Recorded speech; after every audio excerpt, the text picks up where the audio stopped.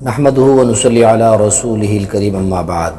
معزز ناظرین، آج آپ کے سامنے تیسری قسط سیرت النبی صلی اللہ علیہ وسلم کے لے کے حاضر ہوا ہوں۔ میرا نام ابو کاشہ حافظ مجاہد الحق ہے۔ اللہ کے نبی علیہ السلام کا شجرہ نسب، آپ کے خاندان کا مختصر تعارف، آپ کے والد سردار عبداللہ کی وفات تک کے ہمارے تمام حالات ہو گئے تھے۔ آج کی اس تیسری قسط کے اندر ہم آپ کے سامنے جو حالات ذکر کرنا چاہتے ہیں، آپ کی والدہ ماجدہ، آپ کی والدہ کی وفات اور وفات سے لے کر آپ کی ولادت اور ولادت کے بعد بہت سے مسائل ہیں۔ آپ کو نبوت ملنے سے پہلے وہ سارے مسائل ہم اختصار کے ساتھ آپ کی خدمت میں پیش کرنا چاہتے ہیں۔ اللہ کے نبی علیہ السلام کی والدہ ماجدہ آمنہ جو تھی، یہ زہرہ قبیلہ سے ان کا تعلق تھا۔ زہرہ قبیلہ اور قصی بن قلاب یہ دونوں برادر شقیق تھے، یہ دونوں سگے بھائی تھے، اور آپ کی جو ماں سیدہ آمنہ تھی، یہ وہب بن عبد مناف کی بیٹی تھی۔ اس قبیلہ میں حضور علیہ السلام کی والد سردار عبداللہ کی شادی ہوئی، تو جس خاتون کے ساتھ ہوئی اس خاتون کا نام آمنہ تھا۔ حمل کے کچھ دنوں کے بعد سردار عبداللہ کی وفات ہو جاتی ہے۔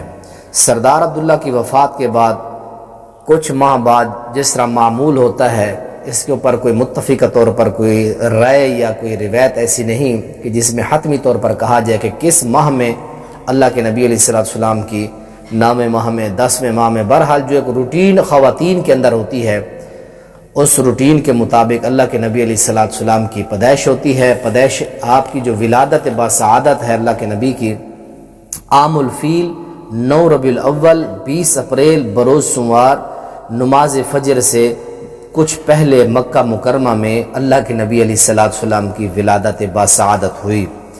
سردار عبد المطلب کو اس کی خبر ہوئی۔ سردار آپ کو لے کر خانہ کعبہ میں لے گئے، دعائیں کی، اور دادا نے آپ کا نام محمد صلی اللہ علیہ وسلم آپ کا نام رکھا۔ اور آپ کی ولادت 9 ربیع الاول کو بہت سے لوگوں نے ثابت کی ہے۔ اسی طرح کے مشہور مصر کے حیات دان محمود پاشا فلکی، انہوں نے بھی دلائل ریاضی کی روشنی کے اندر آپ صلی اللہ علیہ وسلم کی پیدائش کو 9 ربیع الاول میں ثابت کیا ہے۔ اس کے بعد اگلا مرحلہ آتا ہے رضاعت کا۔ سب سے پہلے آپ کو آپ کی امی نے دودھ پلایا، پھر ابو لہب کی لونڈی سویبیہ نے پلایا، اس کے بعد پھر آپ علیہ السلام کو دودھ حلیمہ سعدیہ نے پلایا۔ یہ حلیمہ سعدیہ آپ کو لینے کے لیے باقی دیگر دائیاں بھی آئی ہوئی تھی، تو اللہ کے نبی علیہ السلام کو سیدہ حلیمہ سعدیہ رضی اللہ تعالی عنہ نے لیا۔ تو اس وقت شاید کوئی دائی آپ کو نہ لے رہی تھی۔ اس وقت اماں جی آمنہ نے یہ فرمایا تھا، یا زئیرو، اے دائیو، سلی ابنی کی فَإِنَّهُ سَيَكُونُ لَهُ شَانٌ، اے دائیہ میرے بیٹے سے مطمئن رہے، اس کی ضرور بہت بڑی شان ہونے والی ہے۔ تو اللہ نے یہ سعادت آپ کی پرورش کی اماں حلیمہ سعدیہ کی حق میں، اور اماں حلیمہ سعدیہ جو تھی مسلمان ہو گئی تھی۔ ان کے بارے میں بہت سے ائمہ کرام نے ابن جوزی نے، اور اسی طرح امام ابن منذری نے سنن نبی داؤد کے اندر، ابن حجر رحمہ اللہ نے الاصابہ کے اندر، اور حافظ مغلطائی نے مکمل ایک رسالہ لکھا ہے التحفۃ الجسیمہ فی اثبات اسلام حلیمہ۔ اس طرح انہوں نے مکمل ایک رسالہ لے کے اماں جی حلیمہ سعدیہ کے اسلام پر مکمل ایک رسالہ لکھا، اور ثابت کیا کہ اماں جی مسلمان ہو گئی تھی۔ اور آپ کے جو شوہر تھے، سیدہ حلیمہ سعدیہ اماں جی کا جو شوہر تھے، ان کا نام تھا حارث بن عبد العزیٰ، یہ بھی بعد میں مسلمان ہو گئے تھے۔ الاصابہ فی احوال صحابہ کے اندر بھی آپ دیکھ سکتے ہیں اللہ کے نبی کے رضائی بھائی بہن کتنے تھے۔ یہ 4 تھے، 2 بھائی تھے اور 2 بہنیں تھیں۔ جو بھائی تھے ان میں سے سب سے پہلے بھائی تھے عبداللہ، اور دوسرے بھائی کا نام تھا حذیفہ، اور جو بیٹی تھی پہلی بیٹی کا نام تھا انیسہ، اور دوسری بیٹی کا نام حذیفہ، جو مشہور تھی شیمہ کے نام سے۔ یہ اللہ کے نبی علیہ السلام کے رضائی بہن بھائی ہیں، عبداللہ اور حذیفہ، انیسہ اور شیمہ، یہ دونوں جو تھے اللہ کے نبی کے رضائی بہن بھائی تھے۔ اور اسی طرح عبداللہ اور شیمہ کا اسلام لانا ثابت ہے، جس طرح سیرت النبی صلی اللہ علیہ وسلم کے اندر علامہ شبلی نعمانی رحمۃ اللہ علیہ نے اس کا اثبات کیا ہے۔ اللہ کے نبی 6 سال کی عمر کے اندر پہنچے تو آپ کی اماں جی آمینہ آپ کو لینے کے لیے سیدہ حلیمہ سعدیہ کے گھر میں پہنچتی ہیں، اپنے لخت جگر کو وہاں سے لیا، لے کر مدینہ چلی گئی، 1 ماہ کا قیام فرمایا مدینہ کے اندر 1 ماہ کے اندر اماں جی وہاں رہیں، آخرکار اپنے شوہر کی قبر پر جاتی ہیں، قبر کا جو ہے وہ دیدار کیا، قبر کی زیارت کی وہاں ایک مقام تھا، مقام ابوا، جحفہ سے جو 2-3 میل کی مسافت پر تھا، اسی مقام کے اوپر اماں جی آمنہ کی وفات ہو جاتی ہے۔ تو اللہ کے نبی 6 سال کے بچے ہیں، ساتھ ام ایمن جو سردار عبداللہ کی لونڈی تھی وہ ہیں، مقام ابوا پر آپ کی تدفین کی گئی، وہیں دفن کیا گیا آپ کی والدہ کو، اور ام ایمن لے کر اللہ کے نبی علیہ السلام کو اس 6 سال کے بچے کو لے کر دادا کے پاس سردار جو ہے عبد المطلب کے پاس ہے۔ سردار عبد المطلب نے اپنے اس معصوم بچے کی خدمت میں جو ہے کسی قسم کی کسر نہ چھوڑی، ہر قسم کی خدمت کی، بالآخر یہ بزرگ آپ کے دادا 82 سال کی عمر کے اندر یہ بھی وفات پا جاتے ہیں، اور اس وقت پیارے پیغمبر علیہ السلام کی جو عمر مبارک تھی وہ 8 سال 2 ماہ 10 دن تھی۔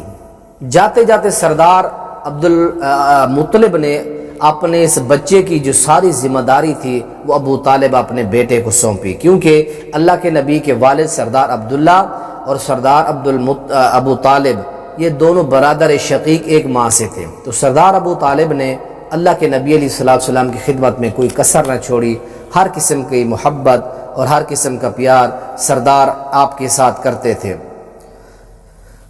اور اس کے ساتھ ساتھ بہت سے سفروں کے اندر بھی آپ کو لے جاتے تھے۔ مصر شام کا سفر ہے جس کے اندر ایک کمزور روایت بھی بیان کی جاتی ہے، ایک راہب کے ساتھ، عیسائی عالم کے ساتھ بھی ملاقات ہوئی۔ بہرحال اس کے بعد اللہ کے نبی علیہ السلام کی عمر بڑھتی جا رہی ہے۔ اللہ کے نبی علیہ السلام نے فرمایا میں نے اپنی جوانی کی عمر کے اندر بکریاں چرائی درہم و دینار کے عوض، صحیح البخاری کتاب الاجارہ کے اندر بھی ہے۔ اور اس طرح اللہ کے نبی علیہ السلام نے نبوت ملنے سے پہلے جنگ فجار، یہ جنگ جو تھی قریش اور کیس قبیلہ کے درمیان تھی، بالآخر اس پر صلح ہوئی، تو حضور علیہ السلام نے اس جنگ کے اندر بھی شرکت کی، لیکن کسی پر آپ نے کسی قسم کا کوئی ہاتھ یا حملہ تک نہ کیا۔ اس کے بعد ایک تھا حلف الفضول، اس کے اندر بہت سی جنگیں لڑی جا چکی تھی مکہ کے اندر، تو اس جنگ سے واپسی پر ایک بہت بڑے بزرگ زبیر بن عبد المطلب، سردار عبد المطلب کے بڑے بیٹے نے کہا کہ تمام خاندان بنو ہاشم، قبیلہ زہرہ، تیم، یہ تینوں خاندان عبداللہ بن جدان کے گھر میں جمع ہوں۔ وہاں جمع ہوئے، یہ معاہدہ ہوا کہ کسی پر ظلم نہیں کیا جائے گا، ظالم کو مکہ سے نکال دیا جائے گا، ظالم کی کوئی حمایت نہیں ہوگی، مظلوم کے حق میں حمایت ہوگی۔ یہ واقعہ بھی پیش آیا، اللہ کے نبی بھی اس میں تھے۔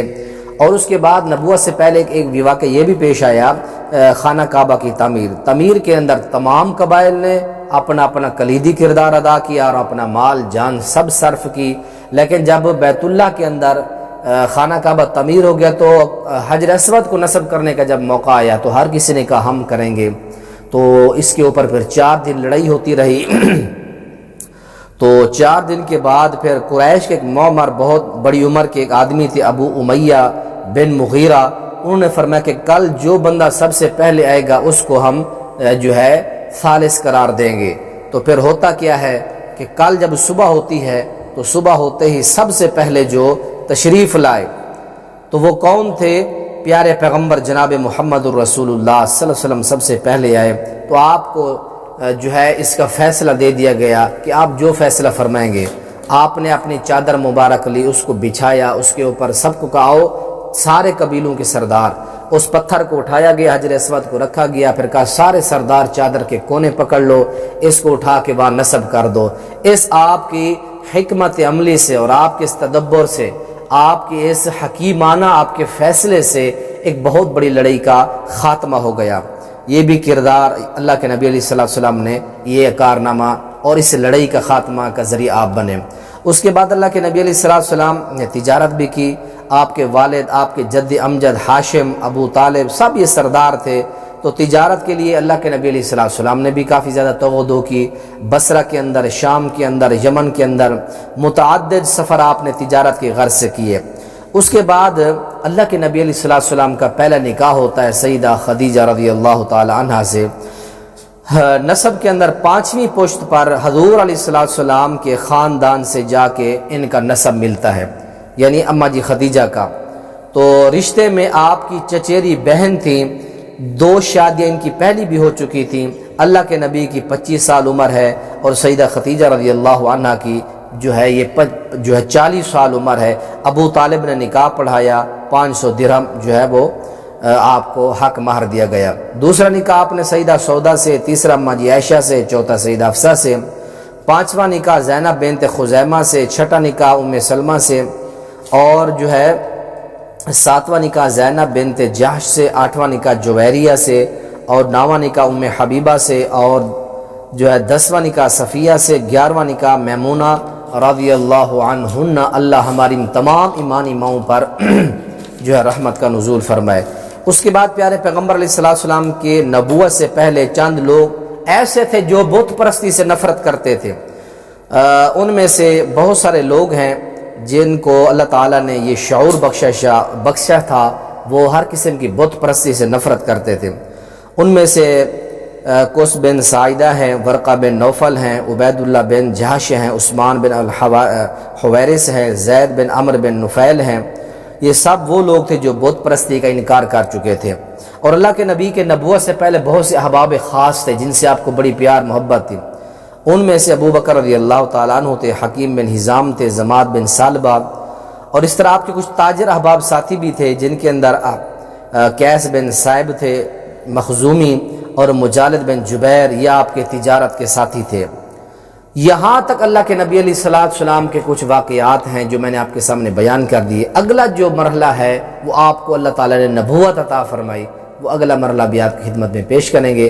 اللہ ہم سب کی جو ہے یہ کوشش قبول فرمائے، سیرت النبی کے حوالہ سے اللہ پڑھنے کی توفیق دے۔ السلام علیکم ورحمۃ اللہ وبرکاتہ۔